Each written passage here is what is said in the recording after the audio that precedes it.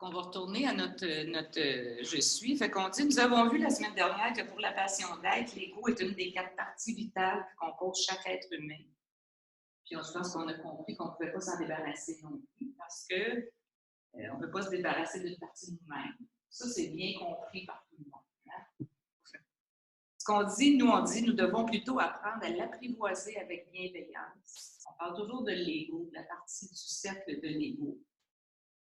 Au lieu d'essayer de le détruire, nous, on dit on doit plutôt apprendre à le reconnaître, à l'apprivoiser avec bienveillance, à l'aimer et à le reprogrammer pour s'en faire un collaborateur conscient et sans essayer de le combattre. Mais on ne verra pas ça là, dans notre capsule ce soir parce que quand on arrive à l'apprivoisement, à la bienveillance, à la reprogrammation de l'ego, ça, on voit ça dans notre métier. C'est plusieurs outils. Il y a des outils à développer pour être capable de dealer avec tout ça et de reprogrammer notre ego, mais de façon consciente. La plupart des philosophies orientales, des vieilles sagesses orientales, ils parlent pas de détruire l'ego, mais de le réduire, puis d'essayer quasiment de s'en débarrasser. Mais la technique de la passion d'être, c'est le contraire. C'est de l'aimer, puis d'utiliser, Joanne va l'expliquer, d'utiliser son pouvoir d'autoprogrammation pour changer nos habitudes, puis changer nos réactions. Donc, pour cette formation-là, cette séance-ci, on va s'en tenir à la définition et la constitution de l'ego. On va regarder la distinction entre l'ego et le mental. On va regarder son pouvoir d'autoprogrammation. On va voir aussi comment est-ce qu'il manifeste sa présence dans notre vie tous les jours. Comment on peut le reconnaître dans notre vie tous les jours. Les principes, ces principes de fonctionnement, donc les principes de fonctionnement de l'ego. Puis on va voir les rôles de l'ego. On va quand même faire un bon survol de l'ego sans toucher à l'autoprogrammation puis aux outils qui sont là pour la programmation. Donc, on dit définition, constitution, la définition de l'ego, on dit que c'est l'identification inconsciente que nous faisons de nous-mêmes à notre forme physique, à notre personnalité. Hein, on dit notre personnalité, l'ego, c'est notre personnalité. Au rôle que nous jouons, à nos avoirs. Et on parle toujours d'identification inconsciente. On s'identifie au rôle qu'on joue, on s'identifie à nos avoirs, on s'identifie à nos réalisations, hein, ce que tu as réalisé. On s'identifie à ça, à nos accomplissements, à nos connaissances, on s'identifie à nos pensées, à nos émotions, à nos sensations. Donc, l'ego, là, c'est l'identification inconsciente qu'on fait de nous à toutes ces choses. On s'identifie à ça, puis c'est ça qui crée notre identité.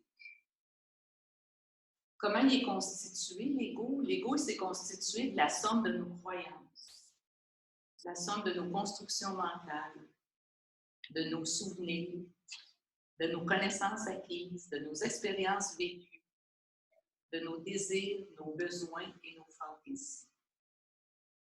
Est-ce que ça va pour ça? Je comprends.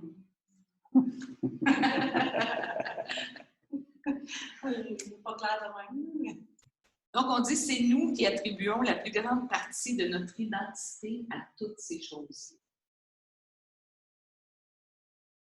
Pourquoi on parle d'identification? On va travailler une méthode de se désidentifier de ça. Fait que quand on est capable de se désidentifier de l'ego, on y enlève du pouvoir. Sinon, c'est une belle grosse bébite qui a tout le pouvoir sur notre vie. Pourquoi inconscient? C'est parce qu'on ne s'en aperçoit pas. C'est inconscient. Ton ego, là, quand on dit l'ego, c'est une identification inconsciente qu'on fait si on regarde à nos avoirs, à nos accomplissements, à nos connaissances. C'est toutes des choses qui se sont programmées depuis qu'on est tout petit, on a des valeurs qui se sont implantées. Ça s'est programmé inconsciemment souvent. Parce qu'on a là-dedans, je regarde la forme physique. Je suis consciente de ma forme physique. Je suis consciente de ce que j'ai accompli. Il y a des choses pour moi que c'est conscient. Je ne les vois pas toutes comme étant inconscientes. Les pensées, OK, les émotions, des fois aussi, sensations, mais les accomplissements, les connaissances, je sais ce que je connais et ce que je ne connais pas. Oui, mais j'ai de la misère à... C'est justement, c'est inconscient qu'on sait ça. Mais on n'est pas ça. On est beaucoup plus que ça. Fait qu'on s'identifie juste à ça, mais on est plus que ça. Fait que ça reste que ça joue dans l'inconscient. Parce que, tu sais, quand on regarde juste la conscience, c'est pas si évident que ça. Dans la conscience, là, juste dans la conscience, là, on a 7 niveaux de conscience. Nous autres, on n'ira pas là. Mais dans les 7 niveaux de conscience, là, il y a de l'inconscience à quelque part. Il y a des choses qui rentrent là. Okay. Puis quand on parle d'identification, c'est ça, c'est difficile à gager là, pour le début. Mais ce qu'on dit, c'est qu'on n'est pas ça. On n'est pas juste ce qu'on... Tu sais, si on s'identifie juste, il y en a qui s'identifient juste à les avoir. Moi, là, je veux 2 buildings m'appartiennent, puis je suis juste... À quelque part, là, il y a eu une identification inconsciente. On va le voir, là, on va continuer, si vous voulez, on y reviendra après, mais vous allez voir que dans la méditation qu'on va faire tantôt, on va se désidentifier de ces choses.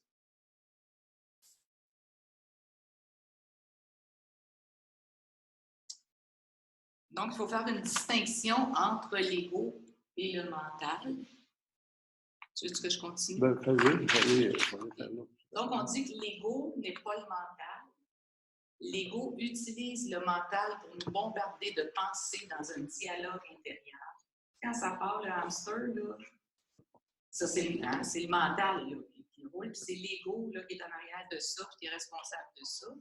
Puis l'ego, là, ce qu'il aime le plus, là, c'est de nous détourner du moment présent. Parce que quand tu es dans tes pensées et tu es dans ton mental, tu n'es pas dans ton moment présent. C'est bon pour ça. Alors, je vais te laisser aller. Peut-être que là, ils vont peut-être pouvoir comprendre mieux, tu sais. Juste pour revenir à l'identification, est-ce que vous vous identifiez à ça? Je ne sais pas c'est quoi. Je comprends, mais je vois mon corps. C'est facile de m'identifier à mon corps parce que je le vois. C'est facile de me rappeler que j'ai 3 diplômes, j'ai appris telle chose, j'ai de l'expérience dans telle chose. C'est facile de me rappeler ça. Mais je m'identifie à ça, mais je ne suis pas ça. Mais il faudrait aussi que je m'identifie à mon âme, que ça fasse partie. C'est pas méchant qu'on s'identifie à notre corps, on s'identifie à nos âmes. Mais il manque la partie de m'identifier à mon âme. Parce que tu es toi-même à l'intérieur, tu es qui, toi? C'est quoi tes forces, c'est quoi tes... C'est ça, hein? Puis, peut-être que vous êtes plus conscient que la plupart des gens. Il y a des gens qui foncent dans le vie. Il en manque beaucoup de conscience. C'est juste de prendre conscience que l'ego, et on va voir le plus, que l'ego, les 4-7 qu'on décrit, il prend beaucoup. Nous, on compare l'ego à un système de pilotage automatique. Les pilotes d'avion, ils peuvent faire décoller l'avion maintenant sans toucher au volant. Les systèmes de pilotage automatique sont vraiment puissants. Ils peuvent être en vol, ils ne peuvent pas toucher au canon, puis l'avion va s'en à bon port. Ça, c'est le système de pilotage automatique. Mais notre ego, il fonctionne comme ça. Le petit pilote, qui est le pilote automatique, il permet au pilote de pas être constamment. C'est pas un voyage de 6 heures, tu prends tout compris 6 heures. Surveille les appareils, leur survol, mais il faut qu'ils sachent tout comment l'avion fonctionne. Mais ils sont toujours conscients. Ils savent toujours, ils suivent. Ils sont des GPS, ils regardent leur position, ils sont en contact avec l'appareil, ils ont des balises à suivre, ils sont toujours conscients de risque. Mais l'avion elle-même n'est pas conscient de ça. L'avion a bien à vol. L'analogie qu'on fait, c'est que la plupart du temps, on n'est pas conscient, on est sur le pilote. On vit notre vie sur le pilote automatique, puis on ne prend jamais conscience que les autres choses que c'est le pilote automatique.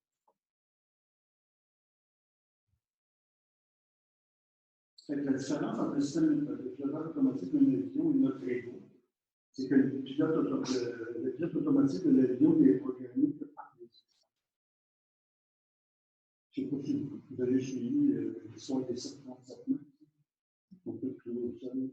Ça fait des milliards de bruits parce qu'il y a une erreur dans le système de pilotage automatique. Il y a plus d'avions qui ont ça fait 600 membres. Mais c'est le système de pilotage automatique qui fait ça. Là, il y a des centaines d'experts qui essayent de départir. La différence entre nous autres, c'est que, je vais loin un petit peu plus bas, notre système automatique, le système de pilotage automatique il est autoprogrammable. C'est lui qui choisit ce qu'il veut dans son système. On va voir qu'il n'y a pas tout le temps comme ça. Pourquoi on fait ça? Pour pousser un petit peu plus loin l'analogie, ça arrive que dans les avions, le système de pilotage à défaut, j'ai parlé de Boeing 747, mais il y a réellement eu un cas, le Boeing 747, il y avait 500 personnes à bord, puis ils partaient du Japon, puis s'en allaient en Europe. Il fallait qu'ils passent au sud de l'URSS, parce que ça allait froid dans le sang. Puis le pilotage automatique a fait une erreur. L'avion s'est transporté 500 000 au nord, puis on passait sous l'URSS. Les jets sont partis après, puis les Russes disent qu'ils ont fait beaucoup de messages, que le jet ne doit pas. C'est que cet avion doit être. C'est vrai, il a Il y a bien compris. ils ne veulent pas reconnaître leur temps. Non, c'est ça. Puis, c'est juste à cause que le pilote n'était pas dans le temps. C'est juste à cause que le système de pilotage automatique a fait. Notre système de pilotage est dominant. On risque d'avoir des avions en autobus.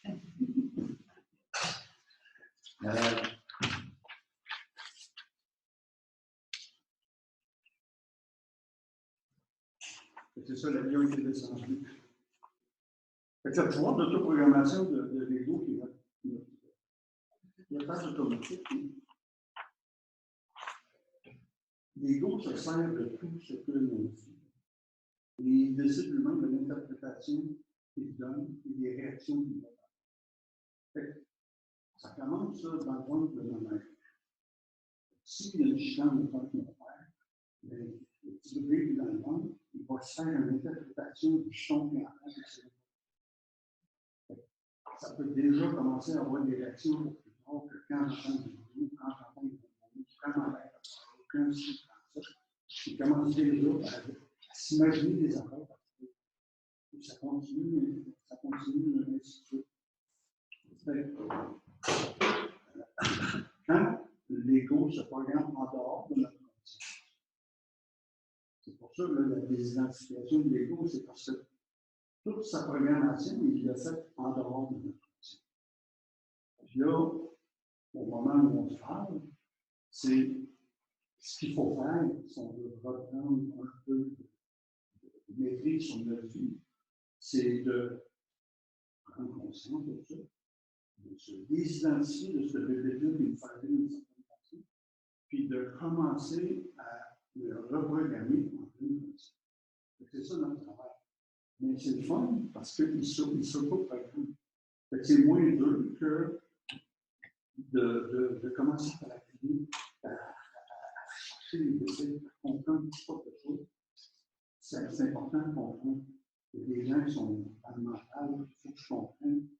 Mais on s'aperçoit avec les éditions d'âme qu'il y a des changements internes qui se produisent. On n'a pas besoin de comprendre. Plus on lâche prise sur l'ego, plus on lâche prise sur le mental, plus on laisse les autres parties de nous autres se manifester à travers les programmations qui a aidé ces nouvelles programmations.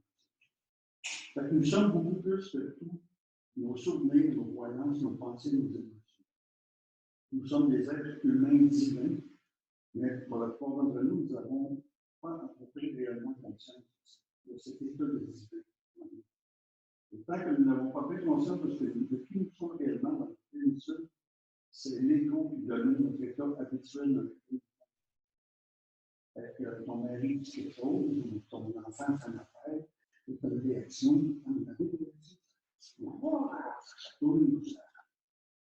ça blesse, c'est pas qu'il dit ça, mais non, c'est pas ça qu'il a dit, on a toutes ces temps de réaction. C'est l'ego qui nous donne le sentiment d'exister comme un individu indépendant avec les relations qui dérivent de cette réflexion. Si on n'avait pas l'ego, on n'aurait pas l'impression d'être séparé. L'illusion de séparation qu'on a, c'est causé par l'ego. Comment l'ego manifeste-t-il sa présence dans notre vie tous les jours?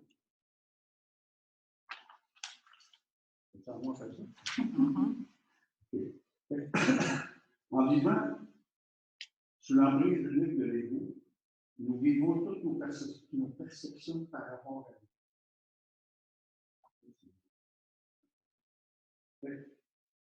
L'ego, c'est comme des filtres, c'est comme des masques, c'est comme des filtres, c'est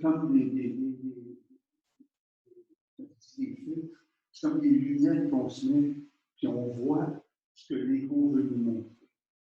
Tant qu'on reste sur le pilote automatique, on voit ce que l'ego veut nous montrer. Si on en prend conscience, et qu'on l'observe, on peut avoir un petit délai entre les deux, entre la réaction qu'il veut nous donner et la réaction qu'on peut faire.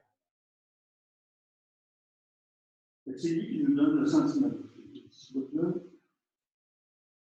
Quand nous sommes dans le conscient de l'ego, nous vivons toutes nos perceptions par rapport à lui.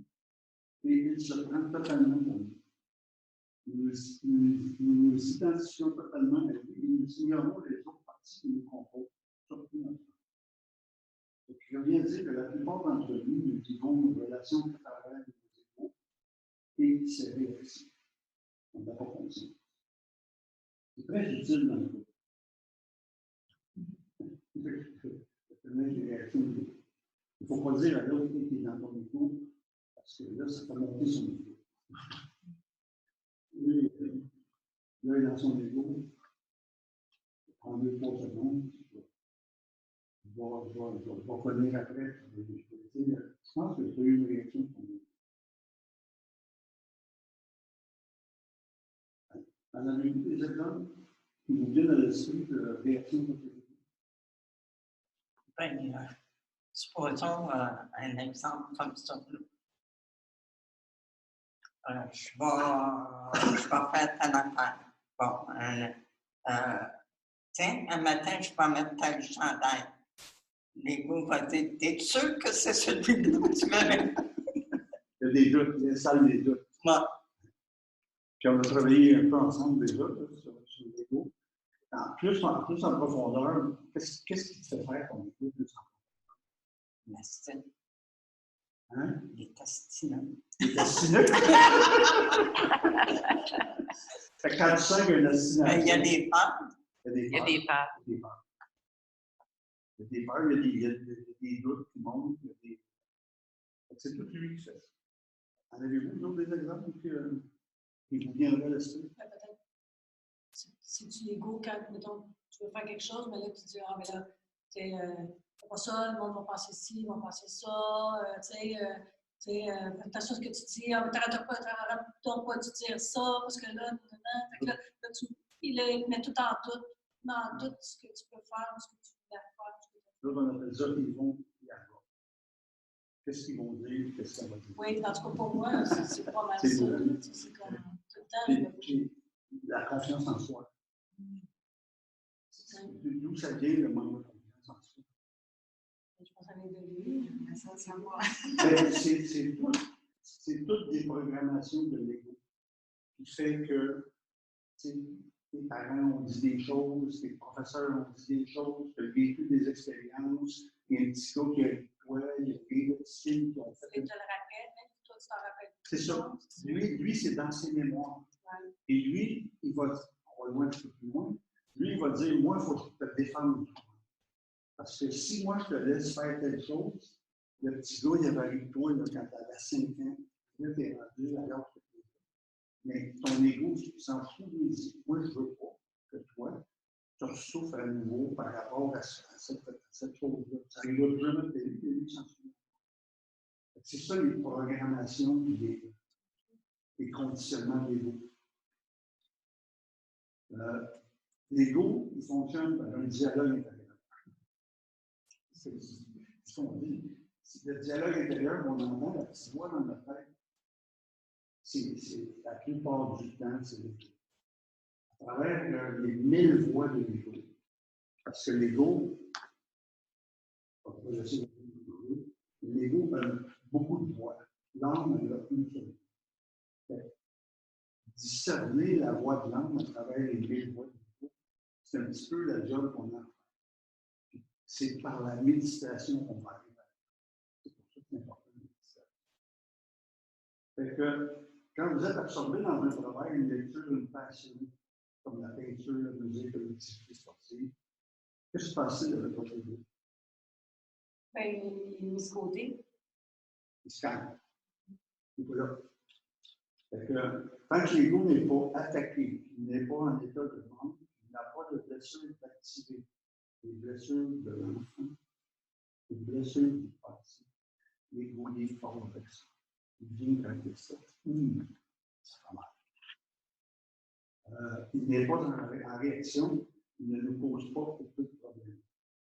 Ne vous méprenez pas, il est toujours présent parce qu'il filtre toutes nos perceptions. Il est toujours là, prêt à penser. On va vous expliquer un peu les principes de fonctionnement de l'ego. C'est-tu un peu plus clair quand on parlait de la constitution, de quoi il est constitué, de l'inconscience, des choses qui se programment automatiquement? L'automatique, c'est un bon.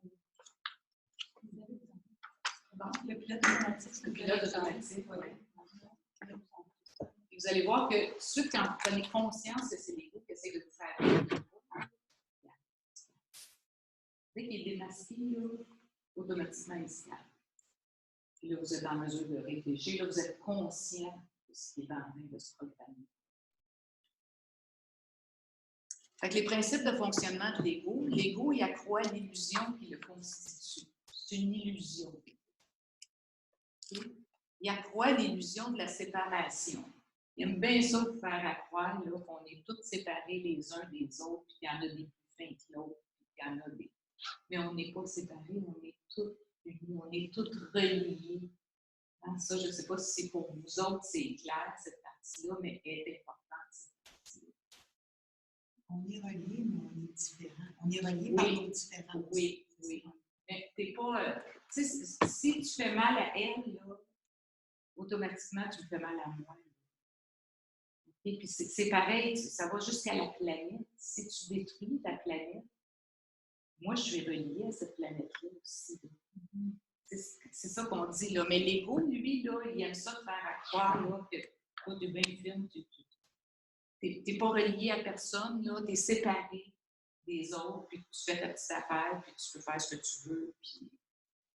Ça, c'est quelque chose que tu n'as pas conscience. C'est comme. Donc, là, pour moi, présentement, dans ma vie, là, tout ce qui touche Mais je suis plus sensible, genre, tu sais, que ce soit aux animaux, que ce soit au monde. Tu sais, il m'arrive quelque chose, puis je sais pas, je veux pas le voir, ça me fait trop mal. Tu sais, puis je sais que, tu sais, soit on peut pas rien faire, mais tu sais, si je suis rendue trop sensible, là, je sais pas pourquoi, là, mais j'ai trop de sensibilité avec ce qui arrive dans le monde. Ça m'affecte plus qu'avant. La conscience. La conscience s'éveille. Probablement. La conscience s'éveille, puis encore là, on est au niveau de l'inconscient, mais tu sais, Joanne a dit, si elle a fait quoi à elle, au niveau énergétique, on ne le voit pas. Là, c'est encore plus inconscient, on ne le voit pas. Mais si on verrait les énergies qui s'échangent entre nous autres, on verrait qu'on est interconnectés. C'est subtil, on ne le voit pas, on ne le sent pas. Mais on est tous connectés. Vous allez prendre un groupe de personnes positives, vous allez entrer une personne négative dans le groupe, et tout le groupe perd son énergie, tout le groupe.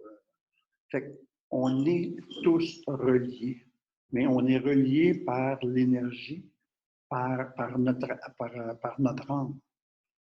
Notre âme, c'est de l'amour pur. L'ego, il bloque cette énergie-là. Pourquoi il fait ça? Parce que si on découvre notre âme, lui, il a peur qu'on n'ait plus besoin de lui. Il a peur qu'on n'ait plus besoin du pilote automatique. Il faut aller le rassurer qu'on ne veut pas s'en débarrasser, on veut juste qu'il nous aide à être la meilleure version de nous-mêmes. Puis, c'est pas loin de ce que tu dis, tu sais, ça t'affecte, mais c'est sûr que ça t'affecte, ça affecte ton énergie, de voir souffrir tout ce monde-là, de voir... puis, tu sais, quand tu dis, de toute façon, on ne peut pas rien faire, c'est le temps de dire, non, on peut faire quelque chose si on se reconnecte tous. Puis si on fait en sorte d'avancer puis d'empêcher ça, ces choses-là. On le voit un peu dans les administrations, comme en Australie, les gens sont oui. oui. Tu le vois dans le plan, tu vois. C'est ça. Même toi, on est loin, hein, puis ça nous affecte quand même. Ben oui. Puis on a un petit film là, que ça vous passerait. Là, on va peut-être, si on a du temps à un moment donné, dans les 10 semaines qu'on peut vous passer, là, qui montre l'impact de relation. Même là, j'ai mis l'image des parachutes, là, des gens qui se tiennent tous ensemble. Là, ils sont reliés par une énergie, ces gens-là aussi. On dit l'ego en veut toujours plus. Jamais satisfait. Hein? Tu as un petit bateau de 16 pieds, l'année d'après, tu en veux un 18 pieds, l'autre année d'après, 18 pieds, mais au-dessus, puis tu n'auras pas un 20 pieds. L'ego, là, il n'arrête pas, il en veut toujours plus. L'ego a horreur du moment présent, parce que quand on est là-dedans, on l'oublie complètement. Puis on dit l'ego occupe continuellement notre mental et notre système émotionnel. C'est sa job. Hein? L'ego crée des habitudes dont il est difficile de se débarrasser. Inconsciemment, on a créé des habitudes aussi. Hein? Il y a des choses, des fois, que tu fais, puis tu te dis, mon Dieu, je viens de faire ça, je ne m'en suis même pas rendu compte. Vous avez ça. Hein? Puis l'ego crée une zone de confort dont il est difficile de sortir. On est bien dans nos vieilles pantoufles.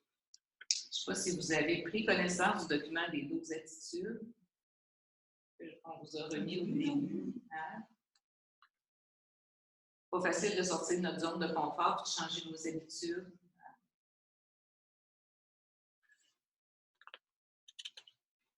Les différents rôles de l'ego. Okay? L'ego, un de ses premiers rôles, c'est de protéger l'enfant blessé. Et il y a un rôle de protecteur. Tout le monde a entendu parler des 5 blessures. C'est bien à la mode. Là. On parle du rejet, de l'abandon, de la trahison, l'humiliation, l'injustice. Lui, là, il veut nous protéger de ça. C'est sûr que quand vous allez arriver dans ce... Si vous avez déjà vécu du rejet, de l'abandon, peut-être vous allez retourner là-dedans, là, lui, il va réagir. C'est sûr, il veut vous protéger. C'est son rôle. Okay? Il assure notre sécurité. La peur et le doute sont des exemples de comment l'ego essaie de nous guider vers ce qui est le plus sécuritaire. Cependant, il ne faut pas le laisser abuser des peurs et des doutes, car nous serions alors paralysés. Il y a des limites. Il faut faire une distinction entre nos émotions. Il faut être capable d'aller discerner nos émotions. On est des êtres humains. C'est ça qui est notre beauté. On a des sensibilités et on a des émotions. Mais il faut être capable de distinguer une peur réelle d'une peur irréelle. Il y a des peurs irréelles qui nous habitent toute notre vie, puis sont irréelles. On n'est même pas conscient qu'on a une peur irréelle qui nous habite. On n'a même pas conscience que c'est l'ego qui est en train de faire ça. Fait avoir peur. Il y a un ours qui court après toi, là. Oui, puis courir. C'est pas ton ego, là. Hein? J'ai peur, je cours, je me sauve. Mais avoir une peur diffuse qui m'habite, ou une angoisse, ou une anxiété, c'est pas normal d'avoir ça. Puis c'est l'ego qui est en train de provoquer ça. Fait pour trouver la cause de l'anxiété, il faut trouver pourquoi l'ego est en train de faire ça. Puis le rôle de l'ego aussi, c'est de voir est-ce que nos besoins sont accomplis. Le problème, c'est qu'il crée lui-même des besoins et des désirs. Il faut faire attention. Quand on a un désir, c'est un désir de l'ego. Ça, c'est une question à vous poser souvent quand vous avez un désir. Est-ce que ce désir-là vient de l'ego? Des fois, oui. Souvent, oui. Les autres rôles de l'ego. L'ego, c'est le juge, c'est le critique, c'est le contrôleur, le sceptique et le responsable de l'image personnelle.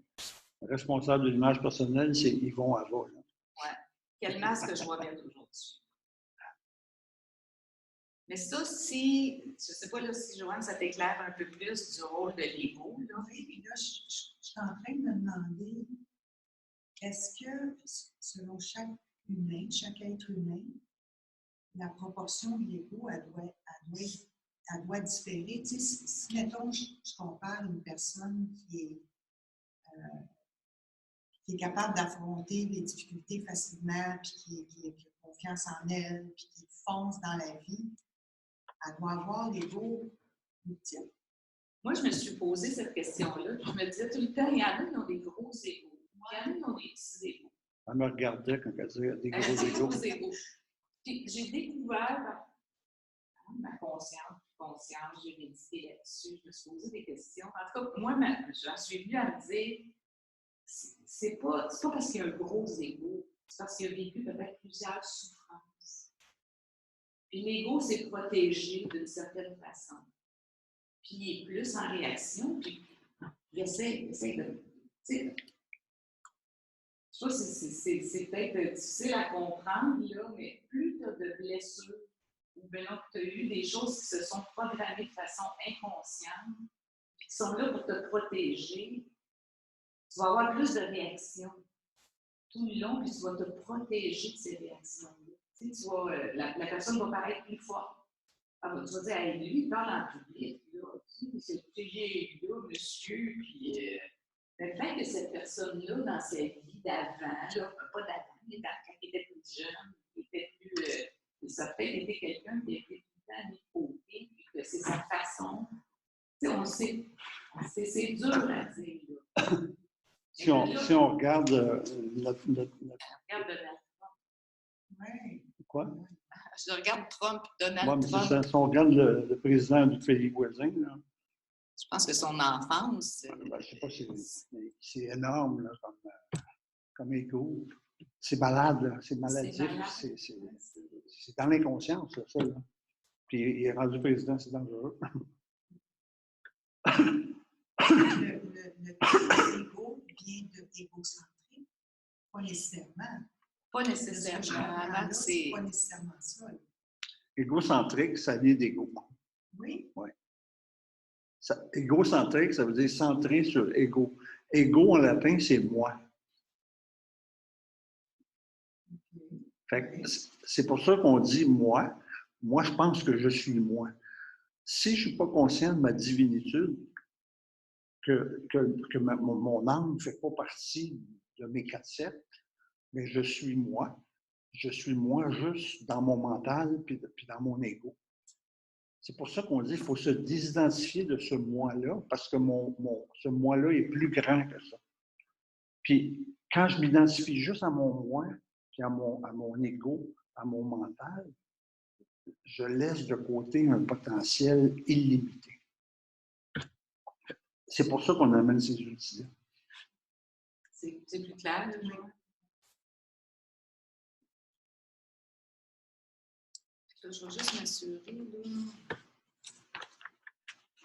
OK, l'ego n'est pas une mauvaise chose en soi.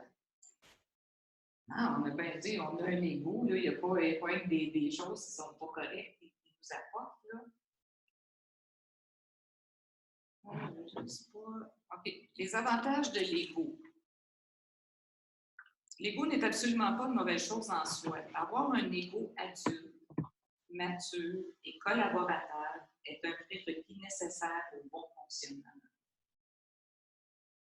Mais pour ça, pour qu'il soit mature, pour qu'il soit adulte, il faut s'arrêter à un moment donné, puis aller voir ce qu'il y a là, puis essayer de le reprogrammer avec des bonnes choses pour éviter qu'on ait des réactions à un moment donné qui ne sont pas adaptées à l'événement. On revient à l'analogie de l'avion. Un système de pilotage automatique qui fonctionne bien, c'est le mode pour les pilotes. C'est le mode pour nous autres aussi. D'avoir un bon ego qui fonctionne bien, c'est utile. Je vais juste passer à l'autre parce que je vais être sûre de... OK. Puis un des grands désavantages de l'ego, c'est qu'il résiste à la croissance, au changement et à tout effort de transformation. Sa job, il est déjà programmé, là, puis il résiste. Ah, Seigneur, essaye de faire, d'implanter d'autres choses. Mais je dirais, il va résister. L'ego résiste, c'est une de ses caractéristiques. Là, il résiste au changement. Il filtre et interprète toute l'information en se basant sur ce que vous croyez déjà. C'est drôle, dans la vie, il va t'arriver des choses. On est ici, on est 1, 2, 3, on est 5. Là. Il va arriver un événement, puis il y en a pas un qui va réagir de la même façon. Face à cet événement-là. L'autre vont dire, oh, lui, il faisait pitié. L'autre va dire, hey, l'autre, il n'y a pas d'affaire de dire ça comme ça. L'autre va dire, bien, on va interpréter selon quoi? Selon l'identification qu'on a faite de nos valeurs, de nos croyances. C'est tantôt, là. Donc, il vous protège, votre ego, mais il se protège en même temps en se souvenant de toutes les expériences de votre passé. Jean-Marc, je vais te laisser aller avec la petite finale. Tiens, je te l'ai mis la diapo. Pour la passion d'être, une fois qu'on a pris conscience de l'existence de l'ego, de son fonctionnement, de ses rôles, la première chose à faire, c'est d'apprendre à se désidentifier. C'est la première chose. Parce que, quand je dis ça, c'est s'en désidentifier pendant le temps de la méditation. C'est pas s'en désidentifier tout le temps, mais pendant le temps de la méditation, c'est important qu'on se dissocie de l'ego, qu'on va être capable d'aller le monde du divin, d'aller ressentir ça, d'aller écouter ce que ça donne. La méditation qu'on va vous faire, c'est justement une méditation de désidentification.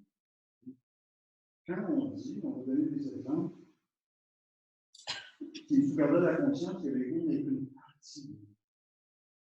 On fait des exercices souvent. Là, on n'a pas le temps de les montrer à la fois, mais il y a des exercices à faire. Quand j'ai une réaction, il faut tout de suite que je pense. Ce n'est pas tout moi. Tu sais, si je dis, je suis en colère. Oui, il y a une partie de moi qui est en colère. C'est mon ego qui est en train de me mettre en colère parce qu'il y a des réactions par rapport à quelque chose complètement inconscient.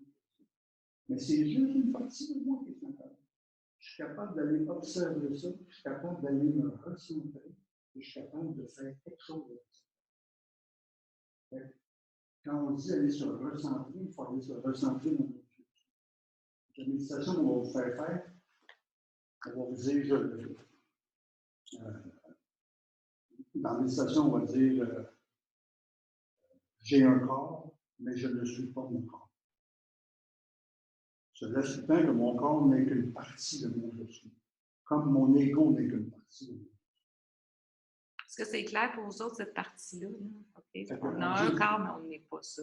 On dit aussi, je peux ressentir des émotions, mais je ne suis pas cette émotion. Mais c'est bon que c'est bon que les émotions, c'est utile d'avoir des émotions, mais je ne dois pas m'identifier totalement à ces émotions.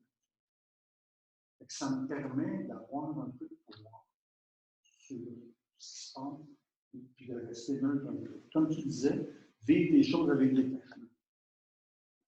Discernement. Toute la méditation, on va faire pour penser, garder à l'esprit qu'on revient à notre dessus. Puis qu'on s'en va tranquillement, on essaie de laisser se dissiper le pouvoir de l'ego pour être capable de sentir une similitude. Donc, lâcher prise sur les pensées, sur les émotions, parce que c'est l'ego qui contrôle 90% des pensées. Si on est capable de lâcher prise là-dessus, on enlève du pouvoir de l'ego. C'est ça le chemin assez. C'est la chose la plus difficile qu'on a. On a fini la présentation. On va passer tout de suite aux requêtes de la semaine. Dans les requêtes, la première, c'est de continuer au moins une méditation express. Il y a 5 minutes, 5 minutes. Puis c'est séparé de l'autre. Parce que dans l'autre, on leur fait faire le 5 minutes. Hein? On fait toujours faire le 5 minutes. Puis la deuxième requête cette semaine, c'est vous allez changer la méditation, la longue méditation. Puis vous allez utiliser celle-là. On va vous envoyer cette nouvelle-là, qui est une méditation de désidentification. Essayez de la faire au moins une fois par jour. Vous allez le vivre, ça amène naturellement cette désidentification-là. Ça nous permet de sentir d'autres choses en nous. On est rendu à passer à la salle à côté. Puis, tu sais, ce qu'on dit, c'est habituer. Essayez de vous habituer, comme Jean-Marc disait tantôt, quand tu dis hey, là, je suis en colère. Hein, là, je suis en colère. Vous n'êtes pas en colère. Il y a une partie de vous qui est en colère. Puis juste dire ça, là, ça va changer votre façon de la percevoir, cette colère. Tu peux vivre la colère, mais tu n'es pas la colère. Fait que tu ne peux pas dire je suis en colère. Ton je suis n'est pas en colère. Il y a une partie pas cette partie en colère. Essayez juste de faire ce switch-là. J'imagine que de faire ce détachement-là va t'amener à prendre des décisions plus justes aussi. Oui. C'est le but de ça. Ramenez-vous tout le temps à votre je suis. Je ne suis pas juste. Je suis pas juste. Il y a une phrase, moi, que je me répète tout le temps quand l'ego embarque. C'est qu'est-ce que l'amour ferait? Puis qu'est-ce que l'amour ferait? C'est pas mal plus mon âme qui ferait ça. Parce que si je suis en colère, c'est mon ego qui est embarqué. Mon ego, là, il a envie d'en faire bien des affaires. Mais il ne faut pas que j'obéisse à la réaction qu'il veut me faire faire. Fait que pour changer mon mental, je me dis, à la place d'être en colère, qu'est-ce que l'amour ferait dans cette situation-là? Fait que ça permet toujours, je fais souvent ce signe-là, c'est l'observateur, c'est la conscience. Fait que quand je suis dans la conscience, l'ego a déjà moins d'emprise. Juste le fait de le reconnaître, là, que c'est l'ego qui essaie de faire de quoi, de t'amener à quelque part, là, déjà, ça y enlève du pouvoir. Vous allez le remarquer. Vous allez le remarquer ça cette semaine.